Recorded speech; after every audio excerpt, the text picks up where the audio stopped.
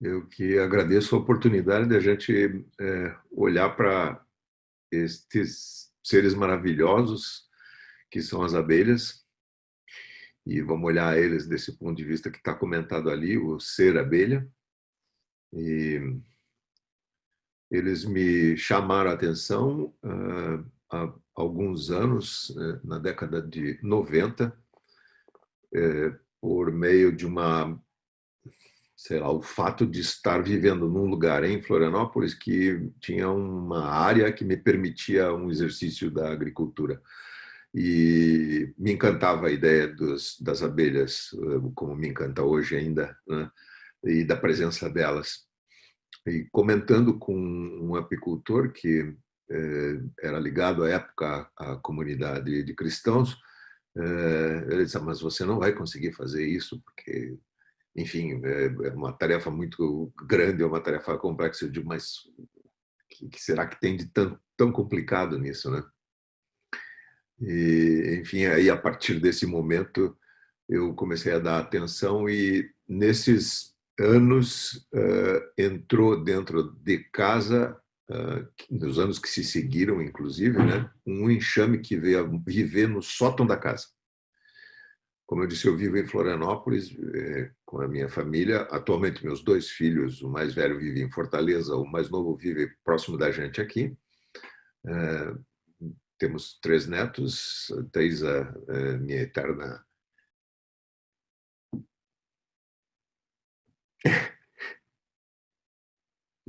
namorada.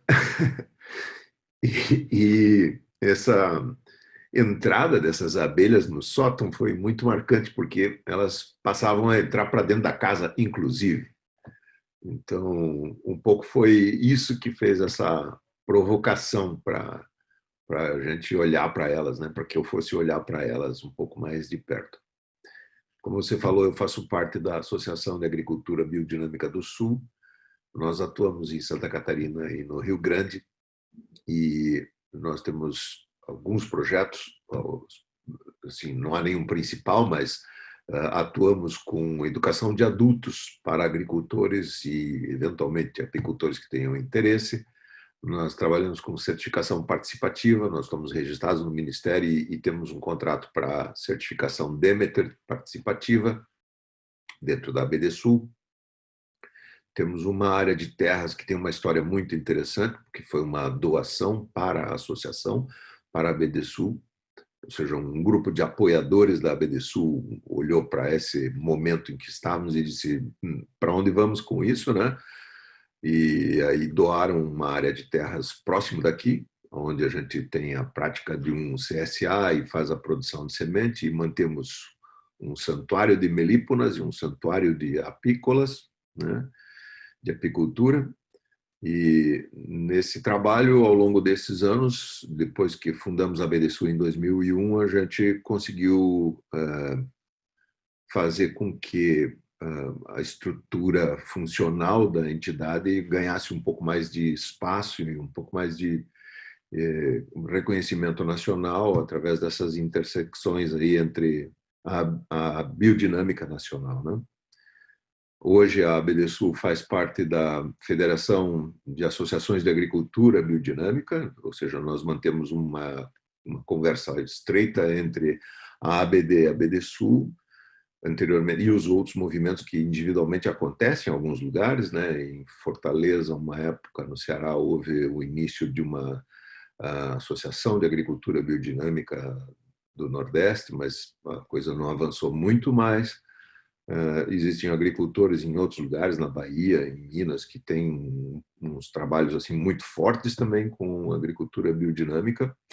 E nesse contexto a gente está presente dentro das conferências internacionais que acontecem anualmente em Dorna. Esse ano não foi diferente, tivemos lá finalmente, porque houve uma transformação e a fusão das duas entidades, o que era anteriormente a Federação de Associações de Agricultura e a Demeter Internacional, hoje são uma entidade só, que atendem pela sigla de BFDI, que de inglês para Federação de Agricultura Biodinâmica / Demeter Internacional, E, nesse contexto, a gente está trabalhando o tema da certificação participativa da agricultura biodinâmica, com a marca Demeter, para instalar nos diferentes países uma certificação nesse sentido. Até hoje, a certificação dos produtos Demeter, né, dos produtos da agricultura biodinâmica, é feita por certificação, ou até alguns anos passados, que nós fizemos o nosso contrato também, é feita por certificação auditada. Atualmente, a certificação participativa também tem esse papel. Enfim, um pouco isso. Eu trabalhei na estação, eu costumo dizer que me deformei agrônomo e, não contente com isso, me deformei uma segunda vez. Mas trabalhar com agricultura e ser agricultor é uma formação que exige muito mais tempo e muito mais dedicação do que acompanhar uma graduação. Mas no ato da graduação, depois disso, trabalhei na extensão com agricultores, até que mais tarde um pouco comecei a realmente praticar agricultura. Então, sou apicultor aqui, onde vivo em Florianópolis, e tenho uma área de terras no Planalto Catarinense, que está a cerca de 200 quilômetros daqui e a 1.600 metros de altitude. É um lugar muito frio. Lá também tenho abelhas, tenho 3 famílias, uma quarta família está um pouco fraca, então eu ainda não considero que ela esteja completamente estabelecida. E tem outras 5 famílias de abelha próximos daqui, próximos do sítio da ABD Sul, em Águas Mornas, é um município que está a 40 quilômetros de Florianópolis, muito perto daqui. Um pouco, acho que é isso. Ao longo do tempo a gente pode ir acrescentando mais alguma coisa que apareça eventualmente.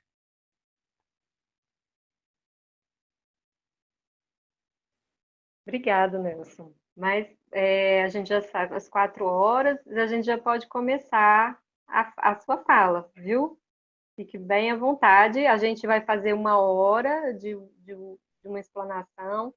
Depois a gente vai ter 10 minutos, de um intervalo de 10 minutos. E depois o Nelson vai precisar de mais 15 minutos para fazer algumas considerações da atualidade. E depois a gente vai abrir para perguntas. Ok. Então, dentro desse contexto da agricultura biodinâmica, a apicultura biodinâmica tem toda uma caracterização própria para essa tarefa, né? E nós não fazemos as coisas sozinhos. Ou seja, há alguns anos a gente constituiu um grupo de apicultores com reuniões regulares, e a partir desses encontros conseguimos montar algumas tarefas juntos e trouxemos algumas visões novas para dentro da agricultura. As mais recentes estão acontecendo nesses últimos 2 anos, com um trabalho que nos liga muito mais proximamente dessa questão social que a gente tem observado, né? Normalmente as pessoas iriam pensar, olha, o tema é de uma tarefa da atividade de reconhecimento de técnicas que envolvam a agricultura biodinâmica, né? E a apicultura biodinâmica, no caso, né? Mas não, nós temos ultrapassado essa ideia, vamos chamar, né? O que acontece é que um grupo de perto de umas 15 pessoas se reúne com certa regularidade, e há uns 2 anos construímos juntos um primeiro folheto que inclusive está disponível gratuitamente para download, né, para cópia em meio digital, que chama justamente O Ser Abelha. Esse folheto traz algumas indicações e algumas ideias sobre o que é esse contexto do ser abelha, né? E esse grupo de trabalho tem feito essas reuniões com uma certa regularidade e, nesse último ano, 3 de nós conseguimos manter um certo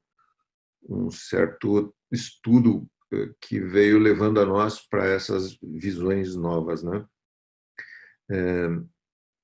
Nesse ponto é interessante a gente olhar para as abelhas e pensar o que é a abelha, o que significa isso, né? No conjunto de todos os animais, né?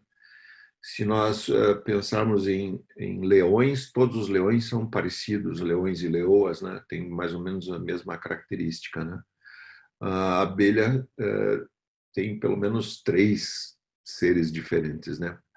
A rainha, a operária e o zangão. E essa diferença, né, faz com que a gente tenha uma caracterização diferente das abelhas, né? Ou seja, o que são estes seres, né? Uma abelha se desenvolve em 16 dias, uma operária se desenvolve em 21 dias, e um zangão se desenvolve em 23, 22, 24 dias. Ou seja, cada um deles tem uma conexão diferenciada com o espaço onde nós estamos. A abelha, a rainha, está muito próxima do Sol, mas não chegou lá. Ela está mais em um outro âmbito. A abelha operária está muito próxima desse espaço do Sol. O Sol dá uma volta em torno de si mesmo a cada 21 dias. E o zangão ultrapassou esse espaço. Eles, com 24 dias aproximadamente, 23, 24 dias, ele tem uma ligação terrena particular. E nesse âmbito, o que a gente pode olhar é como é que você caracterizaria esse ser, né? Diversos pesquisadores, além do Steiner, no qual a gente baseia esse pensamento, né, construíram essa ideia de o ser abelha. Um deles, justamente no início do século passado, Maeterlinck, um belga, ele coloca a pergunta, né? Aonde está o espírito da colmeia? Ou seja, já nesses trabalhos, o Steiner começa a citar as abelhas a partir de 1905, é a primeira referência que eu tenho. Talvez existam outras, né? Mas a partir de 1905. E é importante a gente olhar para essas datas, porque a construção desse pensamento sobre as abelhas, particularmente do que o Steiner coloca, ela se dá em 1923. Ou seja, o livro sobre as abelhas, que compõe 9 palestras, né? Ele é de 1923. A primeira palestra é muito cedo, ela é de fevereiro de 1923. As demais estão todas próximas do inverno, mas do inverno europeu, né? Mas o que eu quero chamar a atenção aqui é que isso está praticamente no final da vida do Steiner, né? Ele morreu em 1925, em 1924 ele colocou o curso agrícola, né? E em 1923 ele colocou essas palestras para os trabalhadores no Goetheanum sobre as abelhas. Como ponto de partida para esse olhar sobre esse documento, o que é interessante notar é o fato de que é uma visão, como ele coloca, futurista do que é exatamente o ser abelha, né? Como a gente estava olhando. Então, a mesma coisa é para a própria construção do pensamento a respeito dos preparados biodinâmicos. Ele faz no estado mais maturo da vida dele, né? Ou seja, toda a tarefa foi praticamente cumprida, ou está sendo cumprida, né? No seu ápice, né? O cara está perto de 60 e tantos anos de idade e, quando dá as palestras, dá essa visão futurista. Eu costumo dizer que o livro sobre as abelhas do Steiner, ele tem essa conotação de abordagem da saúde muito forte. Em praticamente todas as palestras, essa visão sobre a saúde aparece, né? E essa abordagem para o meio ambiente. A gente costuma olhar para o fato de existir essa teoria de Gaia com Lovelock, né, entre a década de 60 e dali para adiante, mas o Wachsmuth construiu esse pensamento da teoria de Gaia, ou seja, da Terra como organismo vivo, a partir dessas ideias que o Steiner traz, na década de 30 aproximadamente. O Wachsmuth tem um livro com umas 600 páginas que fala Erde und Mensch e traz justamente essa visão, a Terra e o homem. Então, é gigante o livro, todo em alemão, não existe em inglês ou o que será em português. Mas as palestras do Steiner para as abelhas, sobre as abelhas, é também essa visão futurista. Contém esses dois conjuntos de pensamentos. Vamos explorar eles um pouquinho mais para frente. Então, para trazer a ideia de que o que nós estamos tratando hoje como essa tarefa da apicultura biodinâmica, lançado lá para trás, no passado, em 1923, traz ainda uma conotação moderna para o processo que a gente está vivendo. Mesmo que os padrões para certificação Demeter já estabeleçam um determinado tipo de encaminhamento ou exigência, como não ter ferro dentro das arame, né? Dentro dos quadros onde vai estar o mel ou as crias, etc. Ainda assim, isso é uma modernidade, né? Essas postulações que ele coloca são uma modernidade propriamente dito. Então, com esse olhar é que eu acho que a gente pode atender um pouco essa visão. Claro, nós estamos falando de modernidade, né, a respeito da visão para a apicultura, mas as abelhas estão conosco, sei lá, desde 12 mil anos passados, com aquelas imagens gravadas na Caverna da Aranha, na Espanha, né?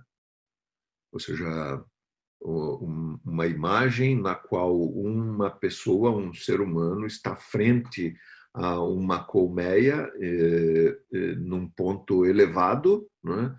E ele busca retirar mel desse lugar. E as abelhas estão ao redor dele. É um desenho de uma caverna, imagina, né? Seus 12 mil anos de idade. Né? E mais modernamente, né, o processo todo já havia sido incorporado por nós. Ou seja, o processo de trazer esse inseto próximo da gente, né? De mantê-lo próximo da gente. Isso nos remete a uma pergunta propriamente dito, que é: esse inseto é um inseto doméstico? O que é um animal doméstico? Trabalhou esse tema Popelbaum e o Carl Koenig, e esses dois nos trazem algumas ideias bem interessantes sobre isso, né? Quer dizer, ao longo de um processo de caminhada sobre a Terra, os animais selvagens se afastaram. Nós vivíamos, propriamente dito, vamos chamar assim, todos juntos em um determinado momento, né? Seres humanos e animais, né?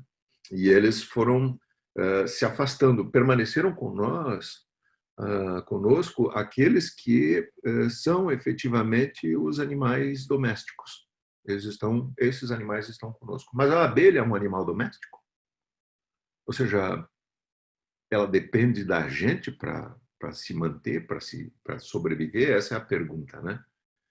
Ou ela também tem a sua própria independência, né? Então, nesse caso, propriamente dito, ela não depende da gente, né? Mas convive conosco, está próximo da gente. Né? Esse é o ponto-chave na história, né? Então, para voltar ao tema desse acompanhamento que fizemos, né? Na época em que Cristo andou pela Terra, no momento do Gólgota, foram encontrados em Israel locais onde você tem alguns apiários todos num mesmo lugar. E esses apiários têm uma forma cilíndrica, ele parece um tubo de argila onde eles criavam as abelhas, que é mais ou menos como também no Egito, nessa mesma época, mais ou menos, né, o pessoal criava abelhas. Então, não é uma novidade essa relação. Bom, no Egito mesmo, a casa do faraó tinha como símbolo a abelha. Na Grécia, um pouquinho depois, ou mais ou menos na mesma época, a abelha está representada pelas melissas, as sacerdotisas que, de certo modo, trazem a criação de abelhas, né, para os seres humanos, de acordo com a visão dos gregos, né? E na Índia mesmo, essa mesma visão, o próprio nome da Índia deriva disso, né? Alguns deuses têm essa ligação com as abelhas. Um deles, inclusive, tem um arco cuja corda é composta por abelhas, né? Então, essa conotação divina desses momentos foi sendo gradualmente colocada de lado e nós fomos incorporando a vida das abelhas conosco nesse passo a passo, vamos chamar assim. Para avançar no tempo e a gente olhar como isso se dá dentro da Idade Média, né? O ato de termos abelha e criarmos abelha na Europa nessa época, na Idade Média, era meio que uma barbárie. Ou seja, para você coletar o mel, as abelhas eram praticamente o enxame todo afogadas dentro de um grande tanque de água, né? E a partir disso resulta o próprio hidromel como um dos subprodutos do processo, né? Essa ideia, olhando para ela hoje, né, é um pouco bárbara, né? Claro, não dura muito, mas enquanto dura, as próprias pessoas que administram ou que gestam essa operação de extração de mel, elas têm um poder de vida e morte sobre os outros que trabalham com elas, por exemplo. Ou seja, é uma coisa assim um pouco alheia ao que nós estamos vivendo dentro do social do hoje em dia. Se olhar para isso, é a barbárie, vamos dizer, né? Olhando deste ponto de vista hoje, né, para trás, isso é a barbárie, né? Enfim, nós avançamos nesse processo e é interessante olhar que desse ponto de vista, o mel é o primeiro adoçante que nós usamos, né? Ou seja, é um alimento, na verdade, né? Ele não perdão, é um medicamento, na verdade, né? Ele não é um adoçante exclusivamente no sentido de usarmos ele nesses momentos como um alimento. Hoje, atualmente, esse processo de uso do mel, inclusive, e aí é bom resgatar também essa imagem, né? O uso do mel como medicamento está praticamente excluído do nosso contexto de sociedade.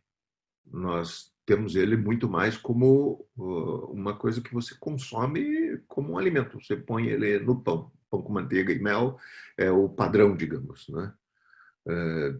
Eventualmente alguém usa para adoçar o chá ou o café menos, mas o chá particularmente é uma coisa, né?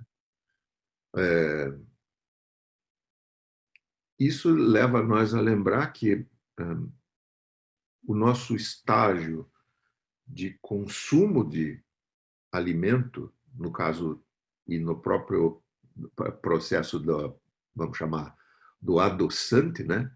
Ele passa de um estágio no qual a gente estava tendo mel a partir o mel como alimento obtido a partir de flores para um açúcar a partir de cana, já na nossa moderna vida, vamos chamar assim, do século XV para adiante, mais ou menos, né? A partir da cana, um açúcar, e no ato seguinte, no passo seguinte, a partir das beterrabas, como é o caso, né? De raízes. Então, o uso de adoçantes aí foi mudando nesse contexto e passando daquilo que é a flor para aquilo que é uma parte que vamos supor pode ser encarada como uma parte vegetativa da planta e finalmente para a raiz. Isso tem um significado para o nosso próprio sistema de consumo, né? Ou seja, o nosso próprio organismo, né? Dentro dessa ideia. Então, esse é o aspecto assim que a gente precisa lembrar nesses casos do mel como medicamento, do mel como alimento, né? Bom,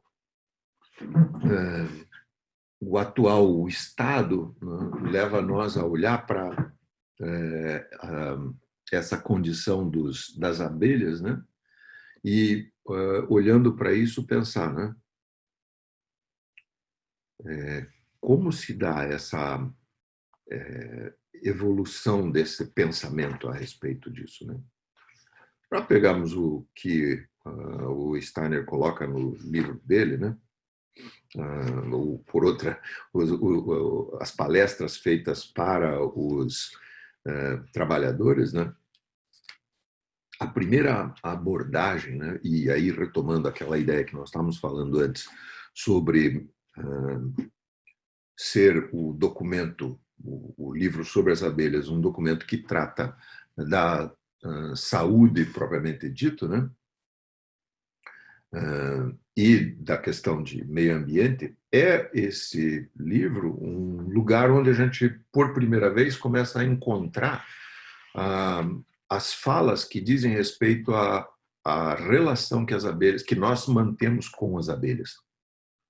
Então, no prelúdio, que é a primeira palestra que está contida ali, né, a colocação dele é: só existe a possibilidade de a gente compreender as abelhas a partir de uma visão na qual o amor esteja sendo a base do olhar que a gente tem. Eu mesmo, no início das minhas tarefas com as abelhas, quando tinha colmeias próximas aqui da casa, sempre tinha essa necessidade de olhar para elas como se eu fosse fazer uma atividade qualquer outra dentro da lavoura. E isso não, infelizmente, não dá para ser assim, digamos, né? É preciso estar numa conexão com elas de outro nível, de fato, a partir dessa visão do amor, como ele coloca logo no início, né? Você vai para esse caminho na medida em que você se interioriza nesse processo junto com a abelha. Você vai trabalhar com elas na medida em que você consegue se aproximar delas como esse conjunto de seres, como o ser abelha, interiorizando isso, né? Quase com um estado meditativo, realmente. Não há uma possibilidade. Se você se dirige a elas de uma maneira diferente, né, a percepção que elas têm de você, ou seja, é de um ser exterior que não se integra às abelhas e como se fora um poder escuro que está simplesmente indo ali para perturbar as abelhas. Então, é esse olhar que, efetivamente, abstraindo a consciência, vai te permitir fazer uma ação mais adequada para que essa tarefa com as abelhas aconteça. Ele está comentando isso no prelúdio. O prelúdio dele é em 3 de fevereiro, é um sábado, em 3 de fevereiro de 1923. Nesse espaço é que ele já coloca o fato, né? A vida amorosa das plantas com a vida amorosa das abelhas é que faz com que seja possível existir o processo que vem chegar para nós como mel. E acho que isso aí é muito característico, né? Ou seja, se a gente imaginar o efeito do cosmos sobre a planta e essa entrada da luz, né, que vai imprimir a caracterização na semente, que por sua vez vai lançar as suas raízes, levando essa luz que ela está percebendo para dentro do solo e se conectando com esses seres que ali estão dentro do solo, puxando por sua vez essa mesma luz no solo para cima, né?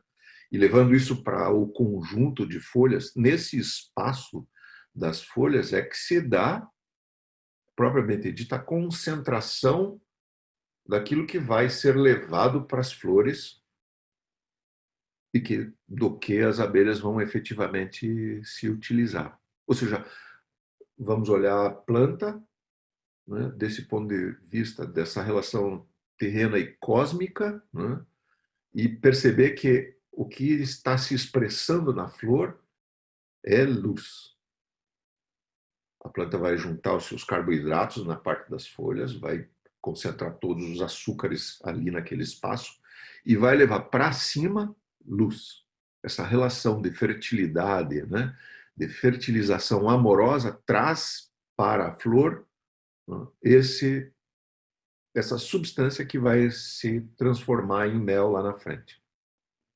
Só existe porque existe esse amor das abelhas e esse amor das plantas em conjunto.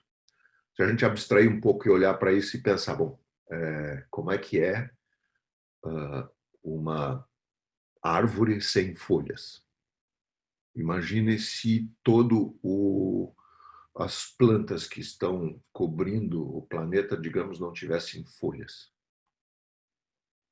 E aí pomos de volta as folhas nessas plantas. Isso é possível. Não é possível pensar a planta sem a folha. E a mesma coisa com as flores, né? Claro, existem plantas que não colocam flores, mas imaginemos a planta completa que tem flor, né? Não é possível pensar a planta completa sem flores. E aí o mundo dos insetos, né? Esse reino maravilhoso animal bordejando as plantas, né? Trazendo essa astralidade para as plantas, né? Então, nesse espaço, é possível pensar a flor sem a abelha, propriamente dito? Quer dizer, não existe essa possibilidade, né? Esse conjunto de coisas entre efetivamente a abelha e a flor é que permite a existência dessa maravilha que depois chega para nós, né? Então, nesse primeiro ponto do contexto em que o Steiner coloca essas informações, o que ele traz é essa visão amorosa. De fato, ele está mostrando também uma outra coisa. Antes desse encontro, aconteceu uma fala de uma pessoa que é um apicultor e que é um tanto cético relativamente àquilo que está sendo postulado no contexto dessa nova apicultura que está sendo apresentada para o pessoal, né? Ou seja, apresentou-se uma tarefa da apicultura como ação de operação, vamos dizer, como atividade agrícola regular, né? E aí o Steiner vem com as palestras tratando do tema desse ponto de vista de uma ação espiritual do ser humano para as abelhas. Então, tem já uma construção acontecendo antes de se chegar nesse ponto. Tudo aquilo que hoje a gente pratica como apicultura regular, né, vamos chamar, foi comentado para esse grupo de pessoas. O que vem a seguir são os questionamentos a respeito do que está acontecendo. De novo, para a gente relembrar, é 1923, né? É um período em que o Kaiserling está fazendo questionamentos e querendo a presença do Steiner, né? Ele já mandou o sobrinho para falar com o Steiner, para trazer para o Steiner ir fazer uma conversa com agricultores. Existe um grupo de agricultores querendo tratar do tema, mas o Steiner não encontra tempo, né? E nesse âmbito, vamos dizer, é que está se dando as palestras sobre a apicultura biodinâmica. Já existe uma conversação acontecendo, né? A palestra de novembro, é uma segunda-feira, dia 26 de novembro de 1923, aí vem novamente essa abordagem sobre a atividade prática. Os presentes, né, os trabalhadores presentes, né, colocam essa necessidade prática de alguma atividade específica sobre a apicultura. E o Steiner identifica isso, né, e já vai colocando o tema, né? Mas ele diz, olha, existe uma certa quantidade de mel que nós estamos tirando, né, nesse espaço, e essa quantidade está perto de, me perdoe um pouco, essa quantidade de mel está perto daquilo que nós estamos encarando como cerca de 20% do que as abelhas produzem, né? 20% para nós hoje, dentro da apicultura, é quase que nada, né? Em geral, o que se faz nas apiculturas convencionais, por exemplo, na apicultura migratória, é a retirada completa daquilo que é produzido, né, pelas abelhas. Na apicultura industrial, realmente, olhando para isso do ponto de vista de uma empresa que tem um equipamento no qual as caixas com os quadros entram e são automaticamente colocados e retirados automaticamente sem contato do ser humano, o olhar para aquele ser abelha que vive naquela colmeia é praticamente nenhum, né? Ele está migrando de um lado para outro e simplesmente a atenção para elas diz respeito a você colocar medicamento se acontecer qualquer espécie de presença de inseto ou, sei lá, doença que aconteça nas abelhas, né? A abelha é este ser que constrói a partir de si, né, uma estrutura completamente inovadora, vamos chamar, e que ao mesmo tempo está na natureza. Uma célula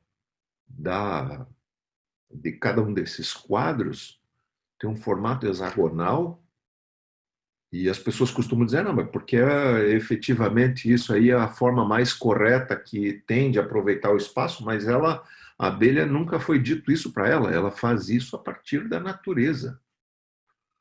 Ela faz isso e a gente encontra esse formato num cristal de quartzo.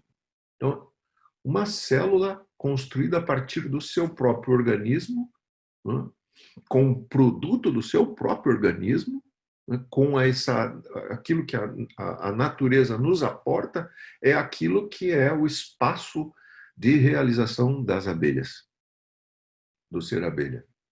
Ou seja, os favos não são lugares onde se põem crias e criam elas, não são lugares onde se colocam pólen ou mel e armazenam, mas são a própria estrutura, como se fora, vamos chamar, o esqueleto deste ser abelha. Os favos têm essa capacidade de transmitir a informação. Quando a abelha entra para dentro e vai para dentro dos favos, nos quadros onde elas estão, aquilo que ela vibra repercute nesses favos. E esses favos têm vida própria também, vamos chamar assim, né? No sentido de que eles estão conectados com o ambiente onde está aquele ser abelha, eles absorvem os odores, eles mantêm aquela temperatura do espaço onde estão as abelhas, e eles, ao longo de um certo tempo, também avançam com esse tempo. Começam muito clarinhos, muito branquinhos, né? E vão se escurecendo na medida em que aumenta o uso, até o ponto em que elas mesmas desistem daquilo e substituem por outros, né? Então, esses favos marcam os odores da colônia, marcam os odores das flores que elas visitam, marcam a colônia propriamente dita. Cada uma desses ser abelhas, né, por si é um indivíduo.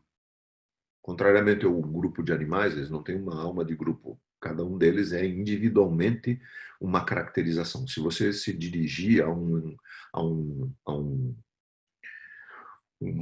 conjunto destes seres, né, e se aproximar de um que seja mais novo ou um, um grupo menor de abelhas, eles provavelmente emitirão sons mais fortes e mais pungentes do que um conjunto que seja muito grande. Nós estamos falando de um grupo de indivíduos, né, de insetos que pode chegar a 60 mil insetos no mesmo ambiente, digamos, né? Então, aquele favo pertence à abelha como a abelha pertence a ele, como a flor e a abelha também se pertencem. Então, não há meios assim para você desconectar essas coisas, né? Portanto, quando você tem um inseto colocado, uma abelha individual colocada dessas células, ela apreende aquela célula ela mesma. Então, ela já vai internalizar aquilo e vai reproduzir aquilo nesse processo, né? Tudo aquilo que ela faz ali, do que as abelhas fazem naquele espaço, diz respeito justamente àquilo que está contido dentro de cada um desses quadros. Então, não há muito como mudar essa visão, né? Ou seja, não tem uma conexão estranha nesse processo, né? A abelha pertence ao favo. Talvez seja interessante resgatar um pouco também a ideia de que, para buscar esse tema da fertilização, né, a ideia dessa conexão entre cada um desses insetos, a abelha rainha, a operária e o zangão, com essas periodicidades, né, esses ciclos que nós estávamos vendo, né? Ou seja, 16 dias para uma abelha rainha, 21 dias para a operária, 24 dias para os zangões, e essas conexões entre a Terra e o Sol. Costumamos dizer, é um ser que está no Sol, mas o zangão não está no Sol, o zangão está na Terra. Ele representa o processo propriamente dito de fertilização. Para que aconteça a continuação do ser abelha, vamos dizer, essa dualidade deste ser em que um grupo de insetos não se reproduz, mas apenas um deles tem essa característica, né? Isso precisa haver esse encontro entre essas duas partes, né? E esse encontro se dá assim em altitudes, né? A rainha parte em busca do sol, né? Se ela é uma rainha virgem, inclusive, tem essa conotação, ela vai em direção ao sol, e os zangões como grupo, que eventualmente é interessante de notar, os zangões têm essa possibilidade de entrar em qualquer um das colmeias que existam. Eles têm liberdade para transitar entre todas as colmeias. E as abelhas os alimentam em diferentes momentos. Então, essa conotação do zangão como parte do processo no qual ele vai efetivamente se entregar a passagem, vamos dizer, né? Ele vai morrer depois da fertilização, depois do processo de fertilização, está conectado exatamente com as forças terrenas, né? Ou seja, só existe esse encontro entre a abelha e os zangões, né, durante esse período, nesse espaço das alturas, buscando o sol, vamos chamar, né? Então, a fertilização que a gente olha tem essa conotação, né? No caso das abelhas, no caso da reprodução da colônia, né? Claro, em casos em que exista a perda de uma rainha, por uma razão qualquer, algumas das abelhas vão ser capazes de reproduzir, de se reproduzir, apesar dos rudimentos que são os seus ovários. Mas a reprodução dessas abelhas vai resultar no que se chama, dentro da apicultura regular, uma colmeia zanganeira, ou seja, uma colmeia que só produziu um grande número de zangões. essa colmeia precisa da nossa atenção, porque, caso contrário, ela vai ser fadada a se extinguir, né? O número de zangões vai acabar sendo só sempre a reprodução padrão, e as abelhas operárias vão se acabar e, em algum momento, a colmeia se extingue. Então, nós vamos precisar, uma das tarefas dentro da apicultura é justamente atender esse aspecto, né? Estar presente nisso, né?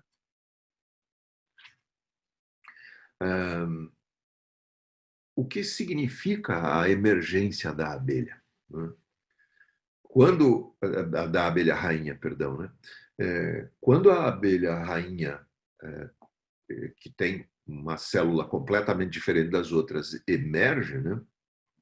Ela carrega dentro dela esse padrão de luz a tal ponto que, como ela tem um brilho novo, ela chega a cegar as operárias. Elas têm pequenos olhos, né? 2 ocelos, né? As abelhas operárias, né? E o brilho dessa nova rainha que emerge, quando ela emerge na colmeia, né? Faz com que elas fiquem cegas, por assim dizer, fogem daquela primeira rainha, né? E isso faz com que exista o estímulo para a enxameação. Então, a rainha mais antiga vai provavelmente abandonar aquele espaço. E a abelha, a nova abelha, vai fazer com que isso traga essa intensidade de luz para dentro da colmeia, e com isso as operárias não têm condição de permanecer nesse espaço. Meu Deus, o tempo está passando demais de rápido. Nós vamos estender um pouquinho mais esse tempo depois. Enfim, para irmos mais avançando então rápido na história, né? A abelha rainha vai como que cegar essas, né? As operárias. Uma colmeia, um enxame vai se processar nesse caminho, e isso é um momento muito particular e muito sensível para ambas, porque aquela que permanece, né, tem toda uma construção nova para se fazer, ou seja, de um novo ser abelha, e aquela que sai se desprende com uma total liberdade, com a total assim, independência e abandono daquilo que foi construído por ela mesma. Está aí de novo, né, o amor se mostrando para aquilo que a gente estava olhando antes no trabalho das abelhas, né? Ou seja, um grupo de abelhas, né? Normalmente a rainha está ali com 12 abelhas cuidando dela enquanto ela faz posturas, né? Um grupo de abelhas sai, pega um pouco do mel que tem, né? E sai e vai buscar um outro lugar para fazer uma nova, para surgir um novo ser abelha. Esse momento é um momento muito particular, muito especial, porque enquanto elas não estão nessa posição definitiva de um novo ser abelha, propriamente dito, elas não têm essa identidade. Tanto que você consegue tocá-las sem nenhum risco maior, digamos, né? Claro, ninguém vai imprudentemente se mexer com abelhas, né? Mas nesse instante, realmente, na medida em que você também se conecta, né? Aí vale a pena mencionar o trabalho com o calendário biodinâmico é fundamental para isso. Eu tenho trabalhado já há algum tempo com os dias de flor para as abelhas, e é absolutamente outra condição. Então, nesse momento, vamos dizer, você pode lidar com da enxameação, você pode lidar com as abelhas tranquilo, sem maiores preocupações, que nada vai ser assim impactante ao ponto de você se colocar em risco, vamos chamar, né? Elas não têm ainda uma proteção, uma reação que faça com que exista a necessidade de uma proteção. Outro detalhe importante, né? Ou seja, o ato de elas defenderem não implica em agressividade absolutamente. Não é esse o caso. O caso delas é de defesa. Não são seres que atacam, digamos, né? O ato delas é de defesa. Aquilo que elas reconhecem como um possível distúrbio no seu processo é que resulta nessa história de fazer com que exista a reação e a gente receba uma picada. O que, em muitos casos, também é um negócio interessante. Tem que revisar o tema todo aqui, porque nós estamos ainda muito longe do nosso caminho. Se a gente olhar para esses momentos em que nós estamos buscando reconhecer em que parte da etapa do processo de criação de abelha nós estamos, né? Tudo que a gente tem hoje, né, são condições nas quais a gente foi criando a partir de uma visão renovada da apicultura. O que nós vimos a respeito desses processos de uso do mel como alimento, por exemplo, né, está calcado a partir de uma visão nova sobre vitaminas, né, que é aquilo que em algum momento a gente passou a denominar como tal, mas que tem um questionamento a respeito disso bastante profundo quando se conecta com, por exemplo, os ensaios feitos no Instituto Pottinger a respeito de gatos alimentados com diferentes tipos de nutrição. Esse é um estudo da década de 40 nos Estados Unidos e ele tem já seus anos, mas o Instituto permanece funcional. Eu acho que tem, inclusive, ainda página de internet, né, no qual gatos foram alimentados com alimentos crus e cozidos, leite e carne, nas duas condições, e foram feitas avaliações das progênies desses gatos. E o que se verificou foi que, bom, os animais que resultavam daqueles animais que comiam alguma espécie de alimento cozido tinham suas proles, propriamente dito, sem nenhuma possibilidade de, com malformação óssea, sem capacidade para reprodução, ou seja, degeneraram de algum modo. O que nós estamos olhando nesse caso, propriamente dito, é olhando como é que esse leite e como é que este, no caso, mel, né, pode ser usado para a própria saúde humana, né? Nesses processos, essa visão de você adicionar algum mel, e o Steiner comenta esse tipo de coisa, né, na alimentação das mães, vai fazer com que elas tenham, as mães grávidas, né, tenham uma gestação mais uniforme e aquele ser que venha, né, uma criança que venha, vai estar mais livre de raquitismos, riscos de raquitismos, por exemplo, né? Hoje em dia a gente nem presta muita atenção para esse tipo de condição, porque entre nós a gente quase não vê isso, né? Claro, em outros lugares isso é muito característico, né? Mas se você separar as partes que podem compor uma determinada vitamina e fornecer como alimento, como foi no caso do estudo do Pottinger, né, e dar isso em partes para um grupo de animais, você vai ver que o que vai resultar é justamente o fato de que você não consegue ter o mesmo resultado do que a alimentação natural que aconteça. Ou seja, o mel como alimento para esse contexto é uma condição que permite a qualidade da saúde das pessoas envolvidas, né? Mas isso tem lá também a variante que mostra como é que hoje em dia nós estamos olhando para esse produto mel, né? E um desses pontos é justamente o preço desse alimento, né? Desse, vamos chamar, medicamento, né? Anteriormente, as pessoas propriamente dito não tinham nem um valor propriamente dito para o mel como tal, né? Era alguma coisa que ia lateralmente ao processo de produção. Ou seja, as pessoas tinham a apicultura como uma coisa paralela àquilo que era a produção geral dentro do seu organismo agrícola, né?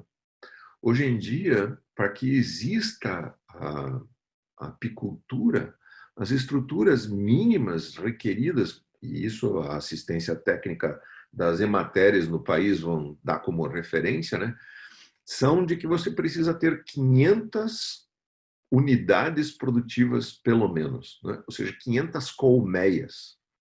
E essas estruturas têm que ser exploradas no seu máximo. Então, esse efetivamente é uma condição na qual o produto final está descaracterizado como alimento. Em que pese, vamos dizer, não existir dentro do processo produtivo uma degeneração da qualidade do produto em si, né? Ou seja, o produto mel que nós consumimos tem uma perda de qualidade de, sei lá, mais ou menos uns 7%. Né? Em 7% dos MEIs encontrados no mercado, você encontra essa perda de qualidade. E isso tudo dentro desse trabalho de pesquisa que o pessoal costuma fazer. Mas o que é interessante a gente olhar é esse preço que nós estamos pagando pelo mel efetivamente vai fazer com que aconteça a realização do agricultor, do apicultor nas necessidades que ele tem? Esse é um dos temas que o Steiner já aborda também dentro das palestras, na palestra 4, propriamente dito, né? Que é de uma quarta-feira, em 5 de dezembro de 1923, e ele coloca lá a questão, né? O preço, anteriormente, isso praticamente não tinha valor. Em minha casa, quando criança, ele dá o testemunho dele, a gente recebia muito mel de presente dos agricultores, né, ao longo do tempo e durante o período de Natal, então nós sempre tínhamos mel e nunca era uma preocupação. Hoje em dia, para que a vida do apicultor se reproduza, o cenário é completamente distinto, né? Ou seja, 500 unidades para que seja economicamente viável é uma tarefa que integra um grupo de pessoas que não é pouco e, olha, exige trabalho. É uma coisa assim que faz questionar o outro lado do ponto, justamente, né? Esse preço que nós estamos pagando corresponde à realidade? Ou ele está, de novo, dentro desse contexto em que nós estamos submetendo a agricultura, de um certo modo, no caso a apicultura, né, a uma transferência de recurso? Isso é uma característica dos nossos tempos, né? Se a gente olhar para dentro desse tema da renda per capita nacional, a renda per capita dentro do meio rural é menos da metade da renda per capita no meio urbano. Então, qual é essa valorização que nós estamos dando para esse processo como um todo, né? Nós estamos em 4h55, estou olhando aqui, e podemos avançar nesse tema aí. Como é que você está sentindo nesse ponto? Pode ficar à vontade, Nelson. É? Você precisa passar mais um pouco? Passe, não tem problema. Então vamos nisso. Ok, obrigado. Bom, então esse ponto eu acho que é interessante a gente olhar, né? Como é que nós entendemos esse valor do mel que precisamos dar, né? De certo modo, vamos dizer, você não está percebendo o que custa isso, né? Não existe um meio de você fazer com que o preço, o verdadeiro valor do produto chegue até você. Essa é uma questão que eu acho que, assim, temos que olhar com muita atenção, especialmente nos dias de hoje, né? Porque, vamos dizer, nós estamos vivendo em que pese toda uma situação particular nesse momento, né? Mas o que nós estamos vendo é justamente isso, né? É a propriamente dita exploração daquele espaço da agricultura. Então, nesse caso aí, estou fazendo uma defesa de modo geral da agricultura, né, para que a gente possa enxergar a condição em que está a apicultura, né? É fato que as práticas da apicultura acabaram sendo degradantes para o processo da produção. Imaginem você explorar uma colmeia ao ponto de não dar para ela o alimento que ela necessita num período em que ela precisa de repouso, né? Ou seja, você retira todo o mel e daí você dá uma calda de açúcar, né? Quer dizer, toda espécie de problemas vai derivar disso, né? Para a gente retomar um pouquinho aquilo que estávamos falando sobre a produção de néctar que a planta dá, né, no caso da floração. Então, sobem as substâncias, são trabalhadas no nível das folhas e a partir das folhas são decompostas no seu limite máximo para chegar até a flor. Os açúcares que estão na flor, né, estão na forma mais simples possível para que os insetos consigam se utilizar deles. Ou seja, aquilo que está na flor é capaz de ser simples o suficiente para que o processo no sistema digestivo das abelhas permita a elas se manter e, ao mesmo tempo, armazenar uma parte para levar como produto que depois será transformado em mel. Então, esse é um outro ponto que a gente precisa também esclarecer, né?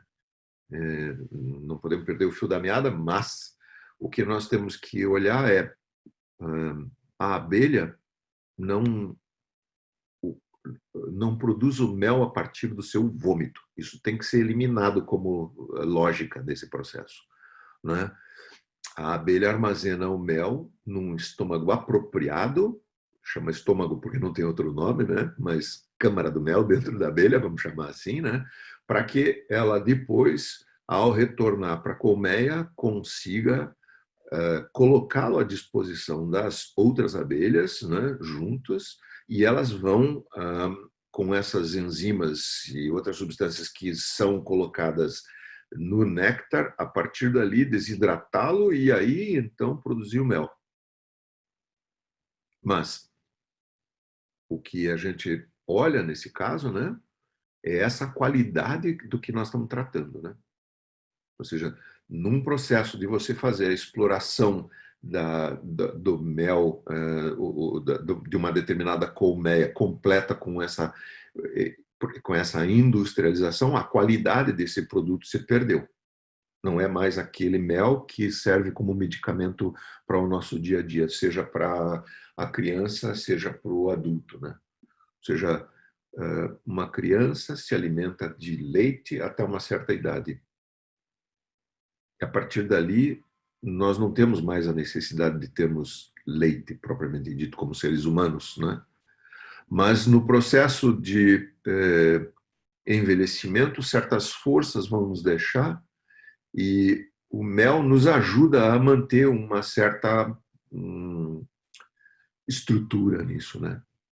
Então, esse mel nos permite estarmos em condição saudável. Porque é saudável, digamos, né?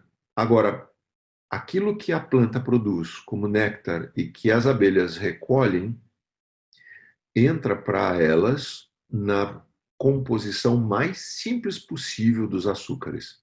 Ou seja, a planta reduz os açúcares nesse espaço no modo mais possível que exista.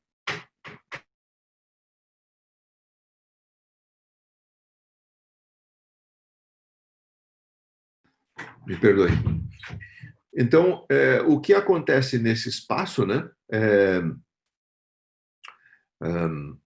Você tem uma substância extremamente decomposta que é capaz, então, de gerar não só o mel lá na frente, mas também ser eliminada como perfumes e odores da própria planta, né? E é importante dizer, existe uma relação muito próxima nesse aspecto entre as plantas e as abelhas, no caso, né? Porque ou outros insetos que as vão visitar nesse momento, porque nesse exato momento em que a abelha entra em contato com a flor e busca o néctar, o pólen, né? Ela também recebe como uma premiação uma temperatura mais adequada. Ou seja, a própria flor tem uma temperatura maior, né? Eu estou levantando esses pontos para a gente tocar sempre naquela visão que estávamos falando antes sobre a questão de meio ambiente relacionada dentro das palestras sobre as abelhas que o Steiner comenta, né?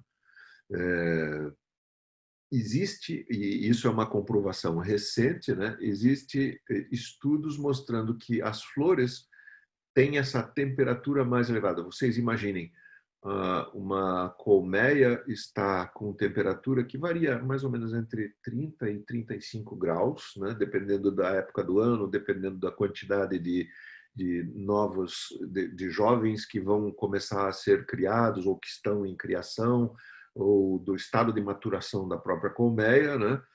Entre 30 e 35 graus, e aí, num período em que a temperatura baixou, né? Para nós aqui no sul seria mais característico, né? A abelha sai ainda no frio e busca uma flor para trazer um pouco de néctar para a colmeia, né? E aí, quando ela se aproxima e senta na flor, a recompensa dela não é só néctar e pólen, por exemplo. É também a própria temperatura da flor. Não é fantástico você pensar uma coisa dessa? Quer dizer, de novo, para a gente olhar para trás e dizer assim, uau, uma flor sem um inseto não existe, né? Sem a abelha não existe, né? Mas, além disso, a flor propicia uma temperatura diferenciada. Existem diversas plantas que fazem isso, lógico, né? Mas tem um estudo que um outro companheiro fez aí sobre a temperatura ao redor, num ambiente frio, né? Ao redor de uma determinada planta que começa a sua brotação no inverno. Ou seja, ao redor dessa brotação, a temperatura daquela planta é 2 graus maior do que a temperatura que está no ambiente. Se o ambiente está a, sei, 10 graus, por exemplo, né? A temperatura na brotação daquela planta está em 12 ou 13 graus. Isso aí é super conforto térmico gerado por uma planta, que você não imagina que isso aconteceria, digamos, né? Passa-se o mesmo para a abelha. Quando ela chega na flor, ela tem, além da recompensa do néctar e do pólen, 2, 3 graus acima da temperatura que, vamos dizer, está no meio ambiente ao redor. Toda, toda protegida naquele espaço de flores, né? Enfim.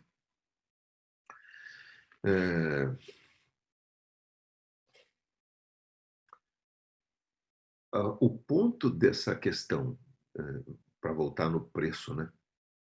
O ponto dessa questão do preço adequado para esse alimento, para esse medicamento, nós vamos conseguir apenas e se nós estivermos em uma sociedade saudável. Esse eu acho que é assim o ponto para a gente efetivamente olhar para isso. É onde está o Steiner também batendo o tema, né? Eu disse, olha, não é possível a gente imaginar que na formação de preço a gente não encontre saúde também. O trabalho dele em economia é fenomenal, né? Justamente está associado também a essa visão de comunidade com que Maria, acho que foi, não é? Abriu a conversa hoje, né? Ou seja, é exatamente esse o nosso caminho. Qual é a sociedade saudável, capaz de fazer uma formação de preço que olhe para esse espaço e diga, não, de fato, né? Estamos aí com uma condição adequada para o apicultor poder conduzir a apicultura e nos fornecer um alimento adequado. Eu acho que isso para a gente, digamos, trabalhar esse tema, né?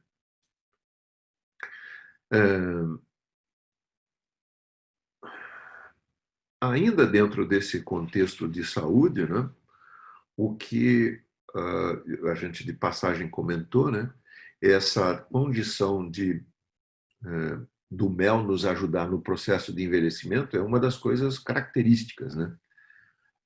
Ou seja, para as crianças, um pouco de mel, logo depois que estão fora da amamentação, né, que já começaram a consumir, ajuda no processo de crescimento, né?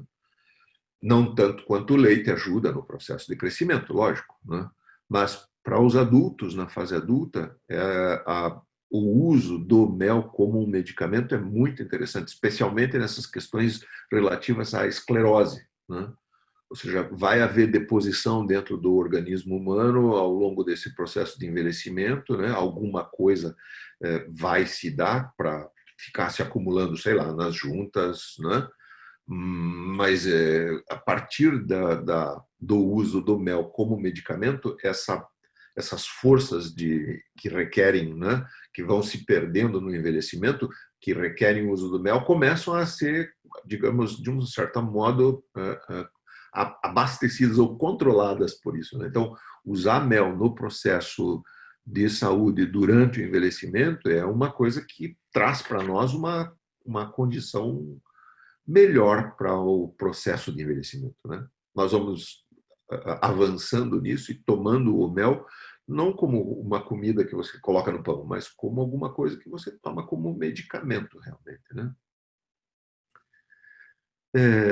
Para a gente olhar para essa substância degradada no seu extremo e colocada à disposição na flor, o efeito contrário disso, né, é você, no caso da alimentação das abelhas, fornecer um xarope de açúcar para as abelhas.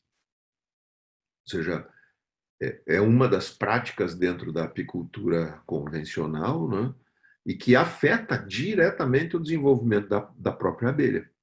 Na medida em que você leva para ela esse tipo de alimento, né? Um processo no qual a gente está suprindo ela com uma suposta necessidade por conta do período em que ela vai estar mais reclusa ou retornando um pouco, esse momento aqui para nós, com um pouco mais de frio, com a condição na qual as plantas não estão nas florações adequadas. Então, para isso você tem essa ideia de colocar açúcar, mas quando você faz isso, na medida em que você coloca os cristais de açúcar, mesmo dissolvidos, para a alimentação das abelhas, você está promovendo para dentro da estrutura do organismo da abelha uma condição que vai fazer com que ela perca sua qualidade de saúde. Então, você está submetendo ela a um processo que efetivamente vai causar dano no próprio processo produtivo de mel lá na frente. Ou seja, aqui de novo, esse efeito, né, sobre a saúde humana. Mais um espaço, né, sobre o efeito que relaciona no espaço como o lugar onde a abelha se abastece, vamos chamar, né, que está indisponível no momento, e aquilo que torna a condição da vida da abelha piorada. Existe a necessidade de que, dentro do organismo da abelha, um certo equilíbrio, né, de sucos se mantenha, tanto dos sucos gástricos quanto com o próprio sangue da abelha, digamos, né? Então, é preciso que esse equilíbrio aconteça, né? Para nós, uma das possibilidades é você ter o cultivo de plantas melíferas que possam suprir a necessidade durante os períodos em que isso não esteja acontecendo, digamos, né? Num determinado ambiente. Não é uma coisa muito complicada de você conseguir fazer, mas é uma perspectiva, né? Você trazer esse tipo de apoio para as abelhas para que elas permaneçam saudáveis. Saudáveis as abelhas, saudáveis os produtos que elas vão nos trazer e, consequentemente, saudável a nossa própria sociedade como um todo e aquilo que a gente vai consumir, propriamente dito, né?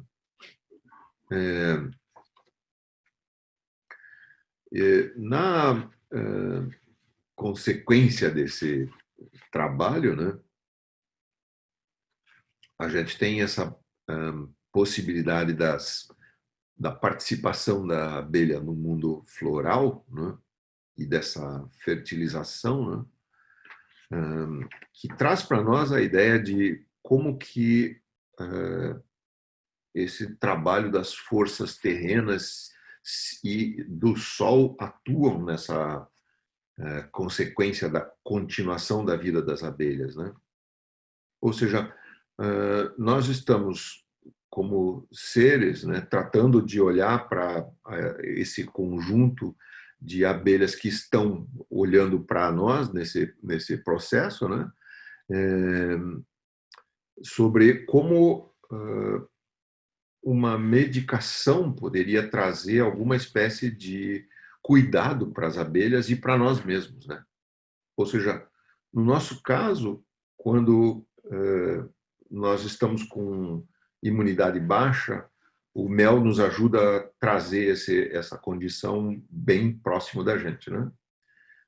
Claro, a gente olhou rapidamente o tema de acumulação de certos tipos de substâncias ao longo da nossa vida, que faz com que, quando eventualmente a gente envelheça, a vida se torne pior, né? O mel nos ajuda nisso para fazer com que a gente consiga superar um momento de dificuldade maior nisso aí, né?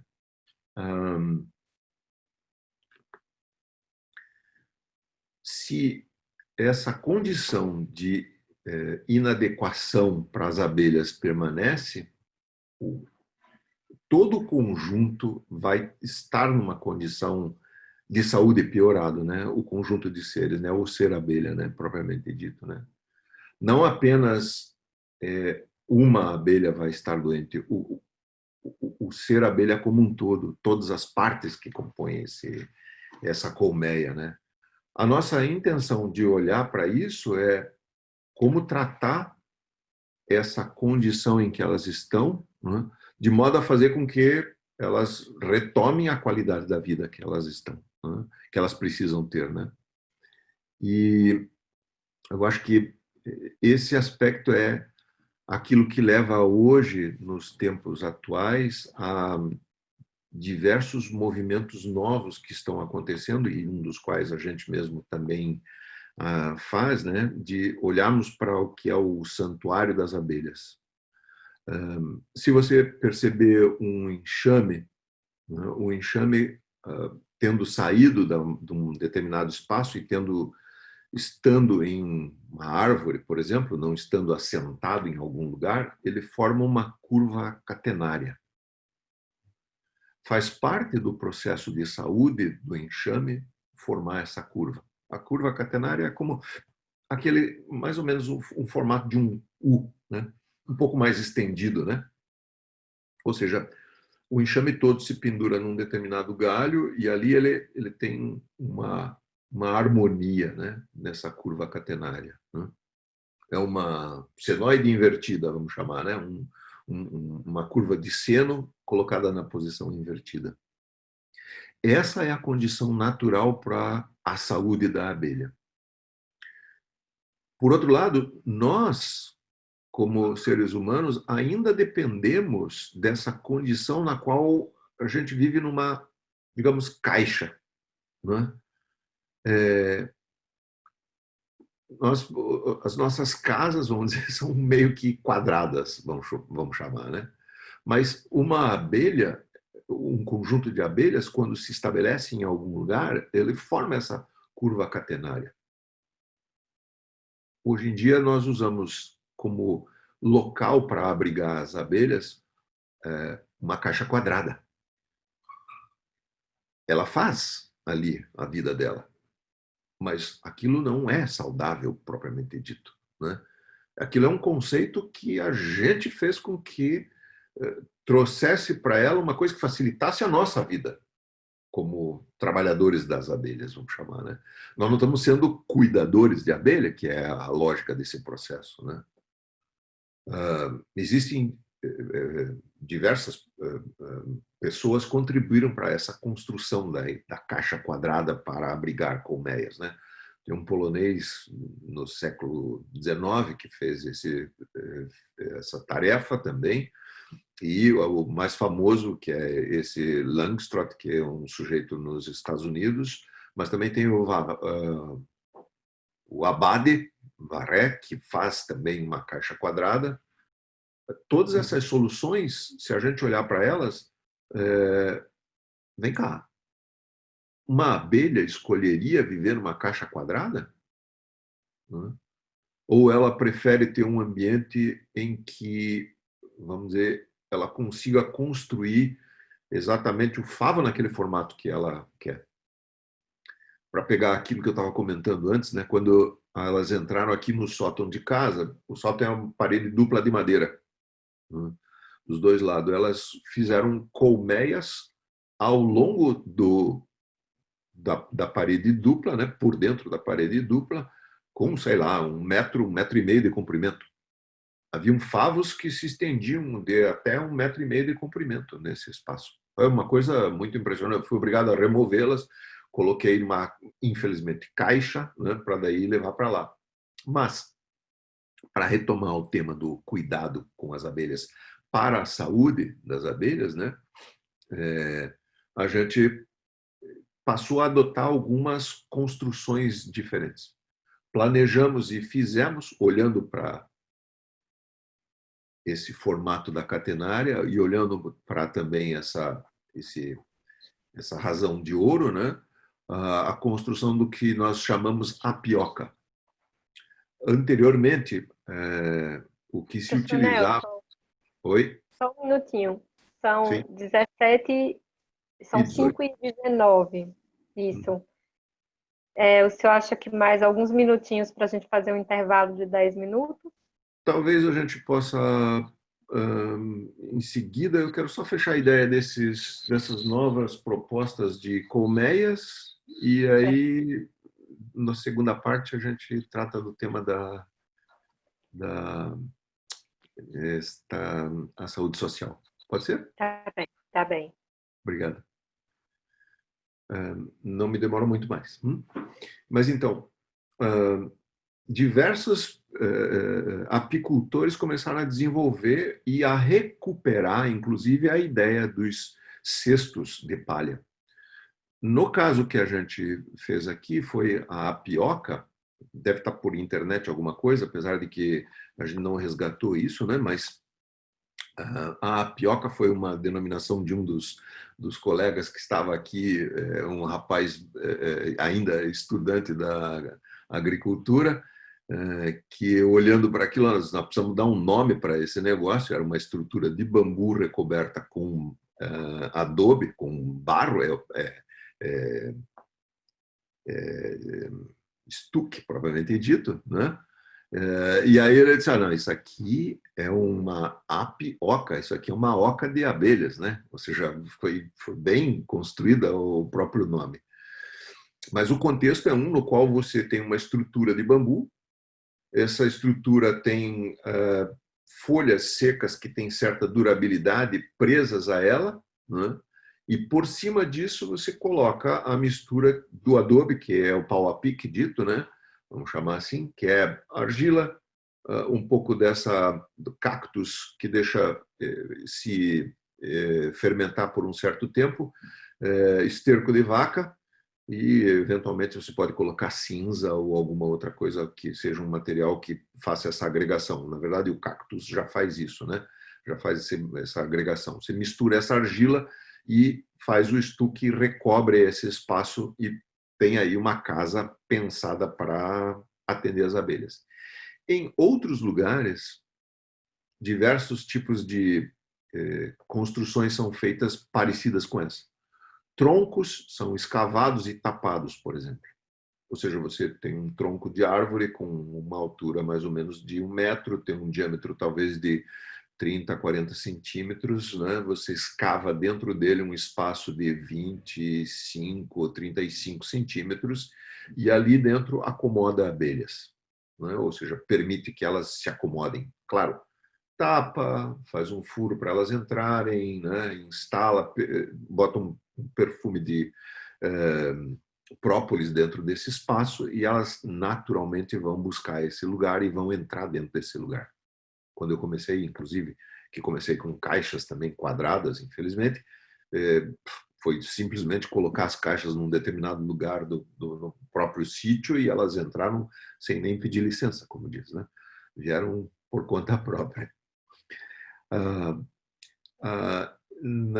Em Portugal e na Espanha, eles usam muito fazer colmeias com casca de árvore. Então, tem algumas árvores que você consegue retirar, né? Mesmo essa construção de rolhas é feita assim, né? Só que, claro, você tem que tomar cuidado, porque senão acaba matando a planta, mas uma casca de árvore pode servir como tal, né? Como abrigo. Em outros lugares, a construção do cesto é feita com vime e, de novo, barro e esterco de vaca. Então, tem essa perspectiva. Ou seja, já está distribuído por diversos países, na Europa particularmente, aqui entre nós com essa novidade, no Chile, que esse apicultor que a gente fez aqui em casa, essa apioca, Francisco também tem essa prática de fazer esse tipo de trabalho, funciona, né? Já existe um olhar para atender as plantas, as abelhas com essa qualidade que as plantas podem dar no lugar, né? Sim, podemos dar uma parada agora e retornamos daqui um pouquinho para acontecer. Já retomo já, tá? Então, em 2014, no Goetheano, a Conferência de Agricultura Biodinâmica tratou justamente da apicultura e das abelhas, esse é o grande título, né? E nesse contexto, o que a gente olhou naquela época, né, foi um pouco dessas informações novas, inclusive um cesto construído em palha, cuja finalidade era justamente abrigar as abelhas de um modo melhor. Isso tira a nossa visão só daquele conceito, digamos, o que faz a abelha, né? Produz mel, produz própolis, produz pólen, né? Coisas que nós utilizamos, produz cera. Cera, de fato, é um produto extremamente caro, vamos dizer assim, comparativamente aos outros produtos. A rentabilidade é maior, inclusive, do que nos outros produtos. Mas, além disso, ela faz o quê, né? E a pergunta rápida é, produção de plantas, né? Ou seja, produção de alimentos, porque ela poliniza. O que mais que ela faz? Se a gente olhar para esse contexto em que nós estamos vivendo hoje, né, essas dificuldades que nós estamos passando por conta da pandemia e que nos levam a fazer essas intervenções e aí já nos habituamos ao processo, né, por internet, com Zoom, com sei lá o que seja, né, do formato. Isso está nos levando a um processo diferente da sociedade. A ABD e a ABDSul têm trabalhado em conjunto esses temas e no último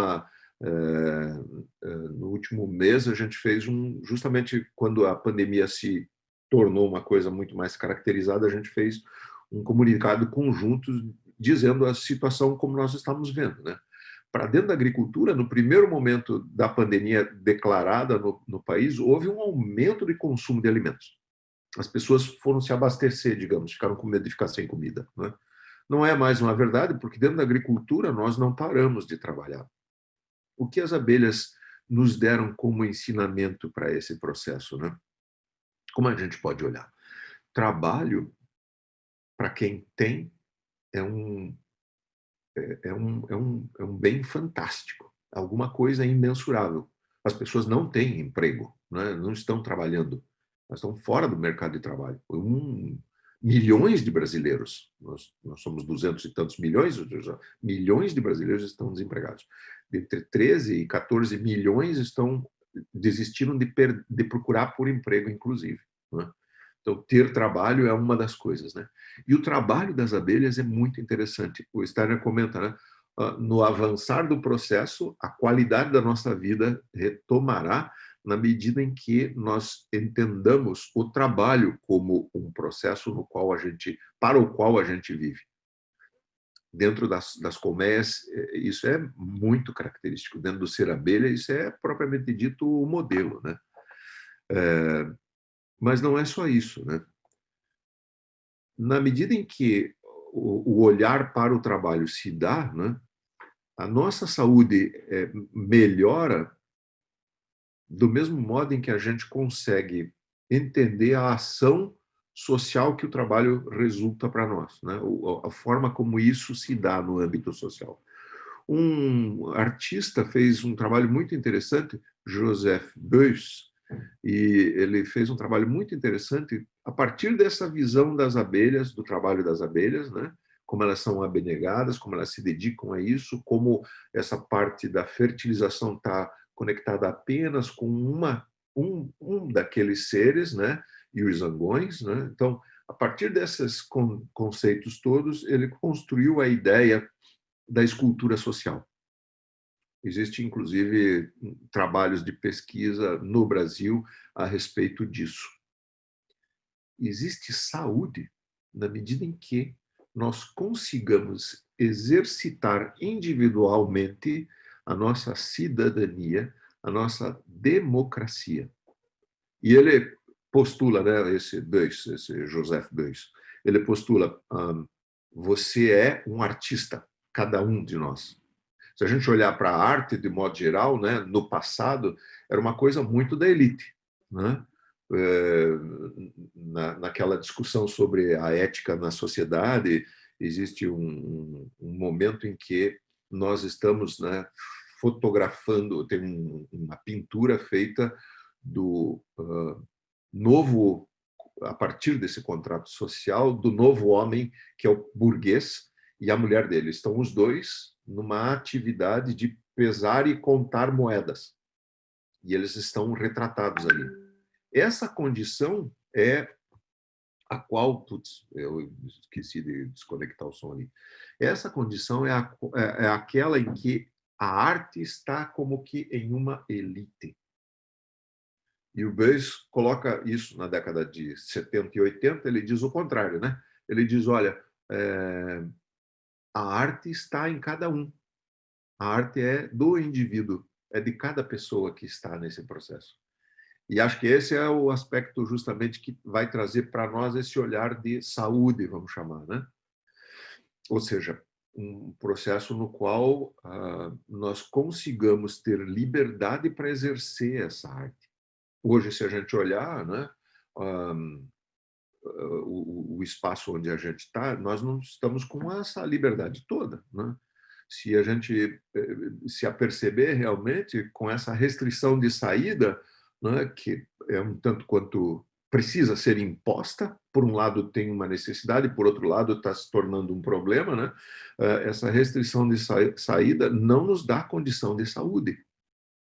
Então, é preciso olhar para esse espaço como essa saúde que vai trazer para a sociedade também uma nova atitude, né?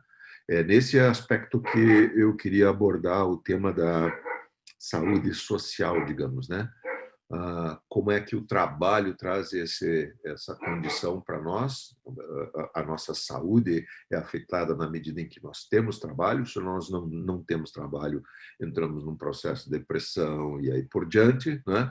E, por outro lado, a nossa liberdade. Se nós não temos liberdade para exercer essa arte, por exemplo, que o Joseph Beuys postula, que cada um de nós é um artista, né?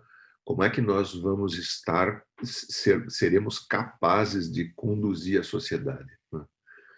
Então, acho que é nesse âmbito que a gente pode pegar o exemplo das abelhas, né? Ou seja, uma comunidade que tem naquilo que é o trabalho, né, a possibilidade dessa liberdade de se deslocar e ainda assim permanecer dentro do conjunto, né?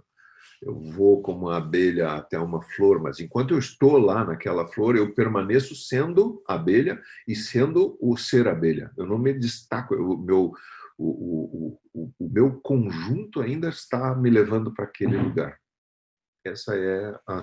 Isso é um pouco aquilo, a ideia do que eu estava colocando como necessidade para a gente olhar para esses tempos em que nós estamos confinados e aí restritos na nossa liberdade. Cuidar para que o totalitarismo não faça um papel preponderante na determinação da liberdade do indivíduo, por exemplo. Isso é um pouco, acho que, para a gente chegando perto do final. Bom, eu tenho algumas perguntas, Nelson. A primeira é assim, quando você fala que as abelhas não têm uma alma de grupo. Você podia explicar um pouquinho melhor isso? Porque a gente sabe que os animais, eles Todos se estão nisso, comportam né? com uma alma de A colocação é que elas estão no estágio diferente, digamos, né? Então, cada uma das colmeias tem a sua própria condição especial para esse, digamos, alma de grupo, né? Elas são os indivíduos identificados como tal. Cada uma delas tem um comportamento diferenciado, é nesse sentido, digamos, né? Claro, elas fazem parte das mesmas estruturas que nós temos, digamos, né? Mas essa alma está restrita, está colocada para dentro do grupo de seres abelha, vamos chamar assim, né? É nesse ponto que eu me refiro à questão. Você falou também que, assim, digamos assim, quem são mais solares, ou seja, quem tem mais proximidade com o Sol são as operárias, por causa dos 21 dias, mas que a abelha rainha, ela está nos 16 dias, né, para serem formadas. E o zangão, ele já é uma coisa mais telúrica, porque já passou desse tempo. Justo. Mas como que vê a rainha, a abelha rainha? São todos seres solares, de certo modo, né? O zangão está mais terreno por conta desse tempo que ele passa a mais, ou seja, o ciclo do Sol passou e ele permaneceu, os 21 dias, né? E ele permaneceu conectado à Terra. Então, ele se distanciou do Sol propriamente dito nesse momento, né? Por isso essa ideia de que ele carrega, esse contexto que ele carrega a capacidade de fertilização que a Terra permite para ele, né? A abelha rainha está dentro do Sol, propriamente dito. Ela não se deslocou do Sol. Ela ainda não chegou no ponto em que o Sol daria para ela liberdade para ser, digamos, como as operárias. Então, ela retém toda a capacidade solar que o conjunto permite, digamos, né? Todas as forças do Sol estão ativas dentro dela, né? Com a possibilidade, a perspectiva de ela estar mais ser capaz da reprodução, ou seja, a fertilização se dá nesse caso exclusivamente pela rainha, né? Eu queria também, se você podia fazer um paralelo entre esses insetos que o Steiner fala, né? São as abelhas, as vespas e as formigas. Se dá para fazer isso de forma sintética, né? Não é muito simples, né? Mas o Steiner tem isso na palestra 7, né? E ele elabora bem essa questão, né? Dizendo, olha, se você olhar, a abelha está nesse âmbito capaz de... E a distinção que ele faz é a partir de 2 pontos. A capacidade que tem a abelha do ponto de vista do trabalho, de exercer ela mesma a construção das suas estruturas, nas estruturas que requerem ela a reprodução, né? De um lado, e, por outro lado, a presença maior ou menor de ácido oxálico dentro do ambiente e, consequentemente, o desdobramento disso em ácido fórmico, né? Ou seja, as plantas fornecem para essas estruturas, para esses insetos, né, certa quantidade de ácido oxálico que as formigas recebem imediatamente, né? E que as abelhas buscam através das plantas. Então, nessa qualidade, as abelhas estão num grau superior, vamos chamar assim, relativamente às vespas, que, por sua vez, para construírem suas habitações, produzem essas a partir de uma sintetização de uma espécie de papel, ou seja, elas coletam certas fibras dentro desse ambiente para fazer a construção dessas casas delas, enquanto que a abelha faz isso a partir dela mesma, sendo essa, digamos, a diferença entre esses três âmbitos, propriamente dito, né?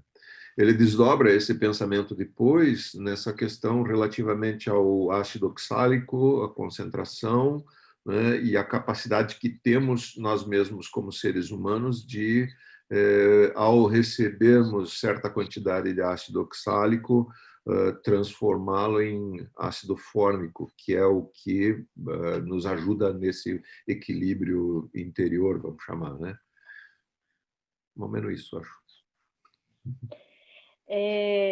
Aí eu vou fazer um comentário assim, para depois fazer a pergunta, né? Quando Uhum. você fala, por exemplo, da calda de açúcar e como que isso adoece as abelhas, Sim, o açúcar, bom, quando ele já se transforma num cristal, ele já entra apesar dele ser do reino vegetal, ele já entra mais para o reino mineral. Ele é sim, bastante telúrico, né? E aí eu fico imaginando como é que é esse alimento para um inseto que é extremamente solar e cósmico, né? sim, né? E aí a pergunta que eu queria fazer é assim, se na apicultura biodinâmica vocês utilizam alguma medicação antroposófica ou parte dos preparados quando as abelhas adoecem? Então, em geral, pode acontecer que no processo de ingestão de açúcar exista certo comprometimento digestivo, né? E isso provoque, por exemplo, diarreia, né? Nas abelhas. Isso Ah, existe, isso é caso comum, né? Normalmente, o que a gente costuma usar é chá de camomila. O mesmo chá que para nós funciona, para elas também funciona, né? Então, eu com certeza posso te dizer que das minhas abelhas eu não percebi nenhum grau de comprometimento que pudesse me levar a dizer, putz, tem que dar de chá de camomila para elas. Mas eu pratico uma apicultura que é um tanto diferente, digamos, eu não exploro elas, eu não consigo fazer sozinho, eu sempre tenho uma pessoa que me ajuda, a tarefa é grande, né? Para evitar a questão de ter as abelhas no sótão da casa, que elas entravam dentro de duas paredes de madeira, eu coloquei lá justamente uma caixa para que elas entrassem dentro. Então, ali tem uma colmeia, e uma colmeia, para ser elevada no ar, ela está pendurada no teto, sei lá, seus 40 quilos de peso, né, entre mel, abelha e caixa propriamente dito, vamos dizer que não dê 40, que dê 30 ou 35 quilos, não é qualquer coisa. Não posso fazer esse trabalho sozinho. Mas essas abelhas parecem para mim bastante saudáveis, vamos dizer, né? Quando acontece alguma necessidade, efetivamente, chá de camomila tem sido uma condição bem facilitadora. Agora, na prática da aplicação dos preparados, em geral, elas também recebem os preparados. Ou seja, se nós vamos a campo para fazer a aplicação do preparado 500, as abelhas estão envolvidas no processo também, elas também recebem, né? E as caixas, lógico, não tem como a gente transformá-las todas em cestos, né? Da noite para o dia, vamos chamar, né? Então a gente tem que olhar para elas desse ponto de vista de, pelo mínimo, não ter o ferro dentro, a enxameação ser liberada, não ser controlada, né? E a retirada da quantidade de mel também ser controlada. Eu, por exemplo, coleto mel das minhas abelhas uma vez por ano exclusivamente, e eu normalmente tiro apenas uma parte do que elas são capazes de produzir. Eu nunca tiro todas os quadros. Uma caixa é a caixa com o ninho e um sobreninho, né? O sobreninho é onde você coloca quadros que elas vão preencher com mel. Então, mesmo esses, que é a reserva delas, eu nunca faço extração completa, digamos, né? Normalmente eu deixo 2 quadros de 11 que tem dentro da caixa e é suficiente para nosso abastecimento. Contrariamente àqueles 20% que o Steiner apontou lá numa das primeiras palestras, que o pessoal costumava tirar 20% do mel das abelhas, né? Mais ou menos isso. Nelson, estou olhando aqui se tem as pessoas agradecendo, né? Mas assim, não ficou nenhuma pergunta. É, Só as pessoas agradecendo bastante, acho né? que E é. Eu vi um se alguém comentário tiver. do como é o nome? Não foi o Alexandre. Aqui, o Walter pediu o folheto disponível. Sim, ele está disponível na página da internet da ABD. Nós sempre temos trabalhado em conjunto, né? A ABD Sul está reformulando a sua página, então não tem na nossa página, mas na página da internet da ABD está disponível para download gratuito esse. Não sei se o Walter está conosco ainda não. Não Avançou tempo sei. demais, né? É. Tá, Bom, todos muito agradecendo. Se alguém tiver alguma pergunta, pode ligar o microfone, fazer a pergunta, ou todos podem ligar para agradecer, para se despedir, para cumprimentar, né? Sei que tem ok. pessoas aqui conhecidas do Nelson. É, Eu E, espero assim, que. agradecer a disponibilidade, Nelson, para responder tanta. Foi muito interessante. Eu gosto bastante do tema. E Eu me deu espero que a muitos gente possa insights. ter contribuído, assim, de coração. A vontade é que efetivamente a gente traga sempre alguma informação que seja útil e que nos ajude a entender particularmente esse tema da saúde, né? E como a gente está se vivendo nesse momento, né? E é curioso como você fala, né, que o favo do mel ele faz aquele hexágono e como isso é encontrado em quartzo. E Hum, quando a gente faz a análise do mel, ele tem muita silícia, hum, né?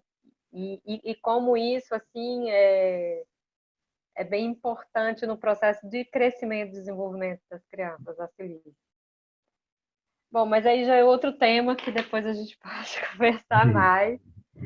Quero Ok. agradecer a todos. E agradecer você, Nelson, pela Imagina. disponibilidade de estar aí todo esse tempo com a gente. Enquanto E nós estamos aqui, o pessoal está lá numa outra live sobre, hoje com o João Felipe, sobre justamente as flores, né? certo. É. Muita gente já foi para lá, então. Você já deve estar indo para lá daqui a pouco também. Vou pegar a rebarbinha da coisa toda. Um Mas grande estamos à abraço. disposição. Sempre que precisarem, alguma coisa que precise, estamos à disposição.